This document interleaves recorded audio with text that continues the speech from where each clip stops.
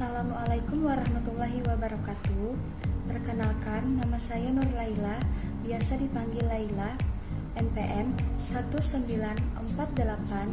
19482011101006. Saya mahasiswa dari Universitas Muhammadiyah Banjarmasin. Saya dari jurusan S1 Farmasi. Baiklah, di sini saya akan menjelaskan materi mata kuliah fitokimia. Di sini saya akan menjelaskan beberapa materi. Yang pertama, persiapan sampel. Yang kedua, ekstraksi sohlet. Yang ketiga, screening fitokimia. Yang keempat, fraksinasi kolum. Yang kelima, kromatografi lapis tipis. Yang keenam, kristalisasi. Yang ketujuh, rekristalisasi. Yang kedelapan, identifikasi senyawa. Materi yang pertama yaitu persiapan sampel. Tahapan persiapan sampel. Tahapan persiapan sampel yang pertama, pengambilan atau pengumpulan sampel. Yang kedua, pencucian. Yang ketiga, sortasi basah. Yang keempat, perajangan. Yang kelima, pengeringan. Yang keenam, sortasi kering. Yang ketujuh, penyimpanan. Tahapan persiapan sampel yang pertama, pengambilan atau pengumpulan sampel. Tahapan pengumpulan bahan baku atau sampel sangat menentukan kualitas suatu sampel. Yang kedua, pencucian. Pencucian dilakukan untuk menghilangkan kotoran yang melekat pada bahan simplisia. Yang ketiga, sortasi basah. Dilakukan untuk memisahkan kotoran-kotoran dari bahan simplisia. Yang keempat, perajangan. Perajangan pada simplisia dilakukan untuk mempermudah proses pengeringan, pengetakan, dan penggilingan. Yang kelima, pengeringan. Untuk mendapatkan simplisia yang tidak mudah rusak sehingga dapat disimpan dalam waktu yang lebih lama. Yang keenam, sortasi kering. Tujuan sortasi yaitu untuk memisahkan benda-benda asing seperti bagian tanaman yang tidak diinginkan dan pengotor lain yang masih ada pada simplisia yang kering. Dan yang terakhir, penyimpanan. Tahapan pemeriksaan mutu simplisia, parameter non-spesifik. Tahapan pemeriksaan mutu simplisia yang pertama, susut pengeringan, berhubungan dengan kandungan air dalam suatu bahan alam atau simplisia yang ditetapkan dengan pengukuran sisa zat setelah pengeringan. Yang kedua, bobot jenis, terkait dengan kontaminasi atau kemurnian ekstrak. Yang ketiga, kadar abu, untuk memberikan gambaran terkait karakteristik sisa kadar abu monorganik setelah pengabuan. Yang keempat, kadar air, untuk mengetahui kadar air setelah pengeringan atau proses pengetalan ekstrak. Yang kelima, sisa pelarut organik, untuk mengetahui sisa pelarut etanol setelah pengeringan.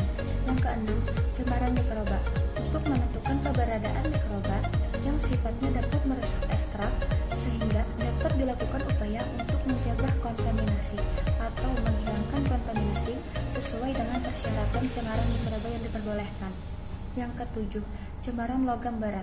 Parameter penetapan logam berat erat kaitannya dengan kualitas dan keamanan dari suatu bahan obat alam atau simplisia. Materi yang kedua, ekstraksi sohlet. Pengertian penyarian. Penyarian adalah penarikan zat aktif yang diinginkan dari bahan mentah obat dengan menggunakan pelarut yang sesuai, di mana zat aktif yang diinginkan akan terlarut. Prinsip metode ekstraksi. Prinsip sohlet yaitu ekstraksi dengan menggunakan pelarut organik yang setelah baru pada suhu didihnya dengan menggunakan alat khusus atau sohlet. Metode sohlet termasuk dalam ekstraksi cara panas karena pada prosesnya dibantu dengan pemanasan. Kriteria pemilihan pelarut. Yang pertama, memiliki daya larut dan selektivitas terhadap solut yang tinggi. Yang kedua, bersifat inert terhadap bahan baku sehingga tidak bereaksi dengan komponen yang akan diekstraksi. Yang ketiga, reaktivitas. Pelarut tidak menyebabkan perubahan secara kimia pada komponen bahan ekstraksi. Yang keempat, tidak menyebabkan terbentuknya emulsi. Yang kelima, tidak korosif. Yang Yang keenam, tidak beracun. Yang ketujuh, tidak mudah terbakar. Yang kedelapan, stabil secara kimia dan termal. Yang kesembilan, tidak berbahaya pada lingkungan. Yang kesepuluh, memiliki viskositas yang rendah sehingga mudah dialirkan. Yang kesebelas, murah dan mudah didapat serta tersedia dalam jumlah yang besar. Yang ke-12 atau yang terakhir, memiliki titik didih yang cukup rendah agar mudah diuapkan. Tahapan pemeriksaan mutu ekstrak parameter spesifik. Tahapan pemeriksaan mutu ekstrak parameter spesifik terdiri dari A. Identitas ekstrak merupakan deskripsi tata nama ekstrak, nama lain tumbuhan, bagian tumbuhan yang digunakan serta senyawa identitas yang menjadi petunjuk spesifik dengan metode tertentu. Parameter ini bertujuan memberikan identitas objektif dari nama dan spesifik dari senyawa identitas. B. Organoleptis ekstrak dilakukan dengan menggunakan panca indera untuk mendeskripsikan bentuk, warna, bau, dan rasa. Parameter ini bertujuan untuk pengenalan awal yang sederhana seobjektif mungkin. C. Senyawa terlarut dalam pelarut tertentu dilakukan dengan cara melarutkan ekstrak dengan pelarut alkohol atau air untuk ditentukan jumlah solut yang identik dengan jumlah senyawa kandungan secara gravimetri. Parameter ini bertujuan untuk memberikan gambaran awal jumlah senyawa kandungan. Kekurangan dan kelebihan. Kekurangan Sohlet yaitu kerugian atau kekurangan dari metode ini, waktu yang dibutuhkan untuk mengekstraksi cukup lama, sampai beberapa jam, sehingga kebutuhan energinya listrik, gas tinggi, cairan penyari dipanaskan terus-menerus, sehingga kurang cocok untuk zat aktif yang tidak tahan panas. Cairan yang digunakan harus murni. Kelebihan Sohlet yaitu proses ekstraksi cukup dilakukan dalam satu wadah, di mana secara kontinu pelarut yang terkondensasi akan menetes dan merendam sampel tumbuhan. Dan materi yang ketiga yaitu screening fitokimia. Screening fitokimia merupakan tahap pendahuluan dalam satu penelitian fitokimia yang bertujuan untuk memberikan gambaran tentang golongan senyawa yang terkadang dalam tanaman yang sedang diteliti. Metode screening fitokimia dilakukan dengan melihat reaksi pengujian warna dengan menggunakan suatu pereaksi warna. Hal penting yang berperan penting dalam screening fitokimia adalah pemilihan pelarut dan metode ekstraksi. Pendekatan fitokimia meliputi analisis kualitatif kandungan kimia dalam tumbuhan atau bagian tumbuhan, akar, batang, daun, bunga, buah, dan lain-lain, terutama kandungan metabolit sekunder yang bioaktif yaitu alkaloida, anthraquinone, flavonoida, glikosida jantung, saponin atau steroid dan terpenoid, tanin atau polifenolat, minyak atsiri atau terpenoid, iridoid, dan sebagainya. Dengan tujuan pendekatan screening fitokimia dalam untuk mensurvei tumbuhan untuk mendapatkan kandungan bioaktif atau kandungan yang berguna untuk pengobatan. Screening fitokimia dilakukan untuk mengetahui senyawa yang dapat dalam ekstrak etanol rimpang kunyit untuk dilakukan pemisahan senyawa secara keseluruhan. Yang pertama, uji tanin. Ekstrak sebanyak 1 ml ekstrak rimpang kunyit dimasukkan ke dalam tabung reaksi, kemudian ditambahkan FeCl3 1% sebanyak 2-3 tetes. Sampel positif mengandung tanin bila mengalami perubahan warna menjadi hijau kehitaman. Yang kedua, uji flavonoid. Ekstrak sebanyak 1 ml rimpang kunyit dimasukkan ke dalam tabung reaksi, kemudian ditambahkan HCl pekat sebanyak 2 tetes dan dikocok kuat. Setelah itu ditambahkan serbuk magnesium atau Mg dan dikocok kuat. Sampel positif mengandung flavonoid bila terdapat buih dengan intensitas yang banyak, dan larutan akan mengalami perubahan warna menjadi jingga. Yang ketiga, uji alkaloid. Ekstrak sebanyak 1 mili ekstrak rimpang kunyit dimasukkan ke dalam tabung reaksi, kemudian ditambah dengan sedikit larutan HCl2n, dipanaskan dan ditambahkan larutan Mayer, terbentuk endapan menggumpal berwarna putih atau kuning, dan dengan drag and drop terbentuk endapan berwarna coklat sampai hitam, maka ada kemungkinan terdapat alkaloid. Materi yang keempat, kromatografi lapis tipis atau KLT.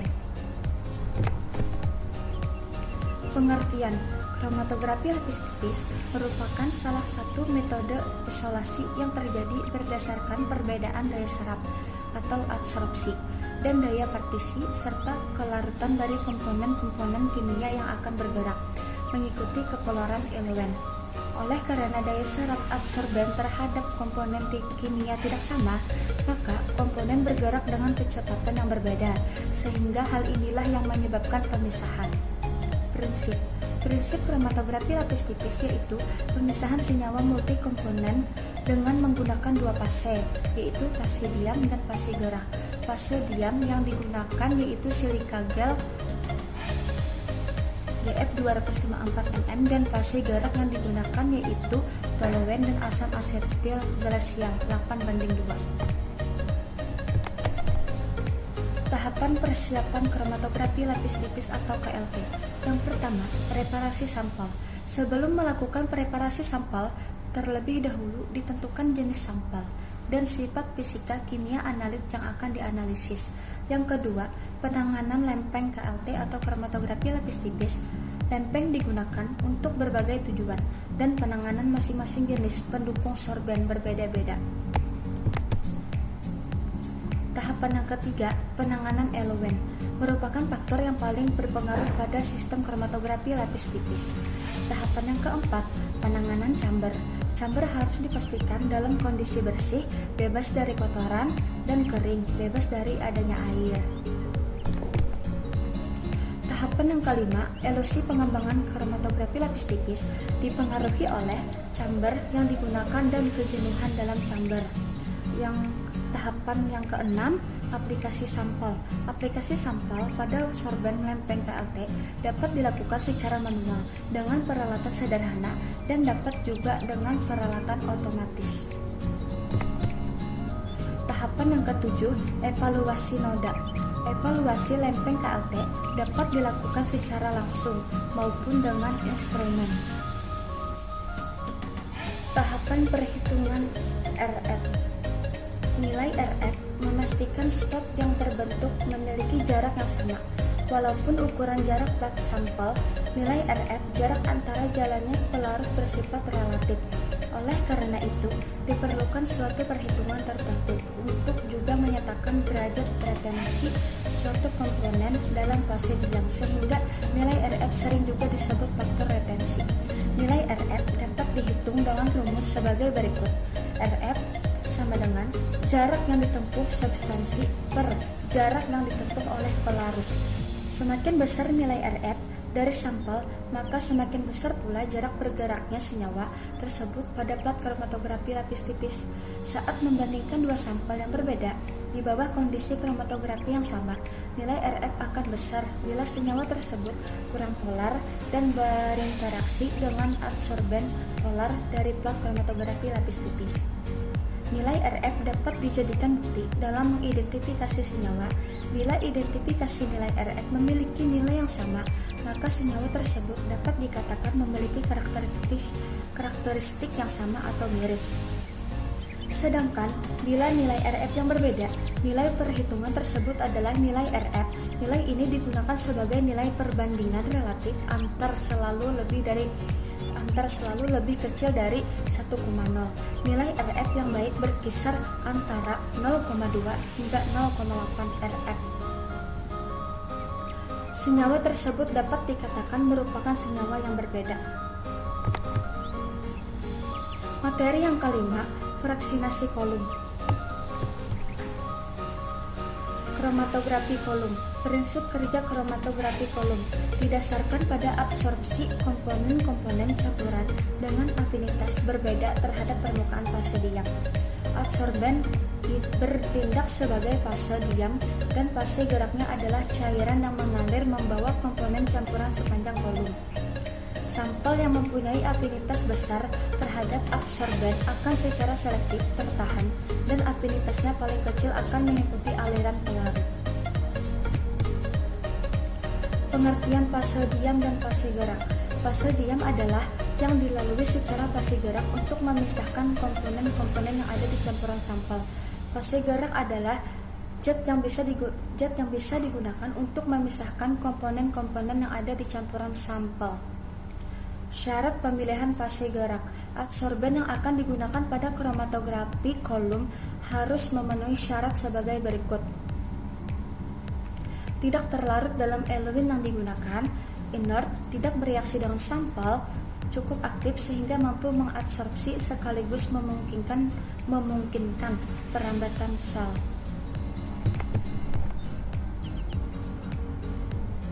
Materi yang keenam, kristalisasi. Kristalisasi dikategorikan sebagai salah satu proses pemisahan yang efisien.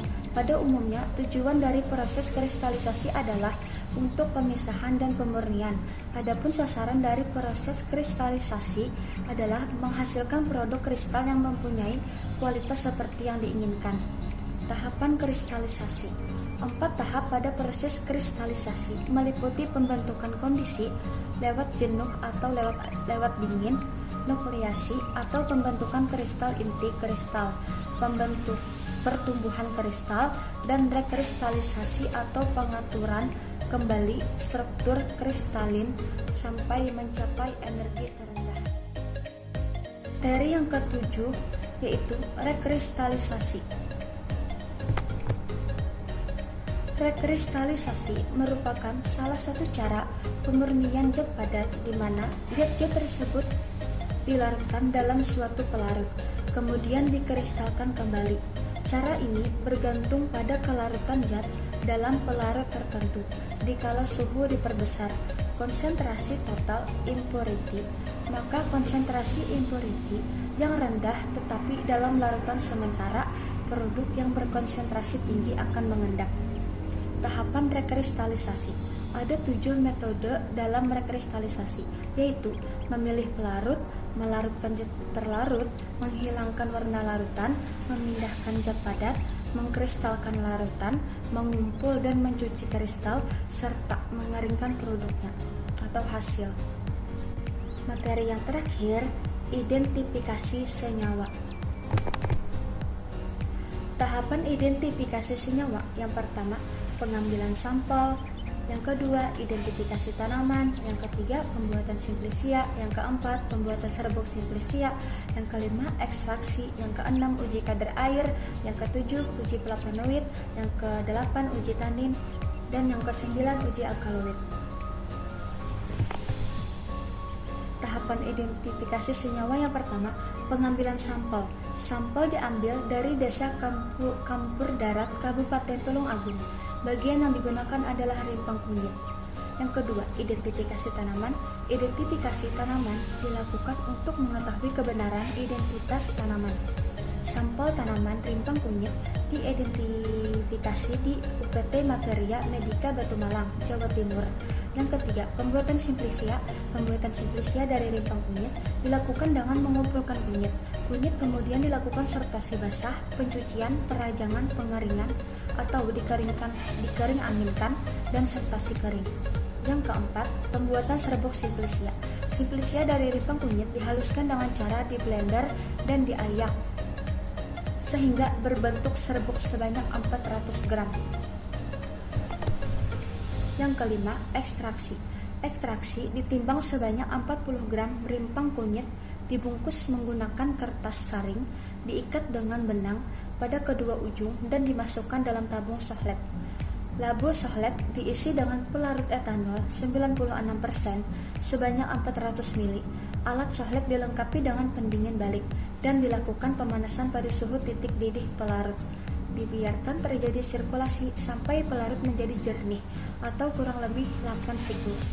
Hasil sohletasi yang didapat kemudian diuapkan menggunakan oven hingga diperoleh ekstrak kental dari rimpang kunyit. Yang keenam, uji kadar air. Botol ditimbang kosong. Serbuk rimpang kunyit sebanyak 10 gram ditimbang dan dimasukkan dalam botol timbang. Botol timbang yang berisi serbuk dimasukkan dalam oven pada suhu 105 derajat Celcius selama 5 jam. Setelah itu, dikeluarkan, diamkan sampai dingin dan ditimbang kembali botol timbang yang berisi serbuk. Yang ketujuh, screening fitokimia. Screening fitokimia dilakukan untuk mengetahui senyawa yang terdapat dalam ekstrak etanol rimpang kunyit untuk dilakukan pemisahan senyawa secara keseluruhan. Yang kedelapan, uji flavonoid. Ekstrak sebanyak 1 ml ekstrak rimpang kunyit dimasukkan ke dalam tabung reaksi, kemudian ditambahkan HCl pekat sebanyak 2 tetes dan dikocok kuat. Setelah itu, ditambahkan serbuk magnesium atau Mg dan dikocok kuat. Sampel positif mengandung flavonoid bila terdapat buih dengan intensitas yang banyak dan larutan akan mengalami perubahan warna menjadi jingga. Uji tanin. Ekstrak sebanyak 1 ml ekstrak rimpang kunyit dimasukkan ke dalam tabung reaksi, kemudian ditambahkan FOCl3 1% sebanyak 2-3 tetes. Sampel positif mengandung tanin bila mengalami perubahan warna menjadi hijau kehitaman.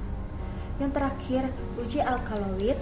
Ekstrak sebanyak 1 ml ekstrak rimpang kunyit dimasukkan ke dalam tabung reaksi, kemudian ditambahkan dengan sedikit larutan HCl2n, dipanaskan dan ditambahkan larutan Mayer.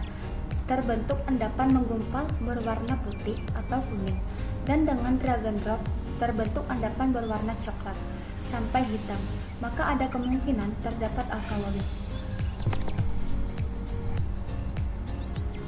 Metode ekstraksi yang digunakan dalam penelitian adalah metode sohletasi, karena pada senyawa rimpang kunyit lebih efektif diekstraksi menggunakan suhu yang tinggi dengan penyaringan berkesinambungan, menggunakan pelarut yang mudah menguap dan merupakan cara yang sangat efektif dan efisien.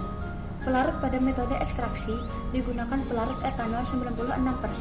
Etanol 96% digunakan karena persentase air sebanyak 4% dan etanol sebanyak 96%. Dapat mengurangi kontaminasi atau pertumbuhan mikroorganisme di dalam ekstrak dan dapat menghasilkan jumlah bahan aktif yang optimal, di mana bahan pengotor hanya dalam skala kecil turut dalam cairan pengekstraksi. Screening fitokimia dilakukan untuk mengetahui kandungan senyawa yang terdapat pada ekstrak rimpang kunyit. Kandungan rimpang kunyit terdiri senyawa alkaloid, flavonoid, dan tanin. Berdasarkan uraian di atas, maka penelitian ini dilakukan untuk mengetahui kandungan senyawa yang terdapat pada ekstrak rimpang kunyit.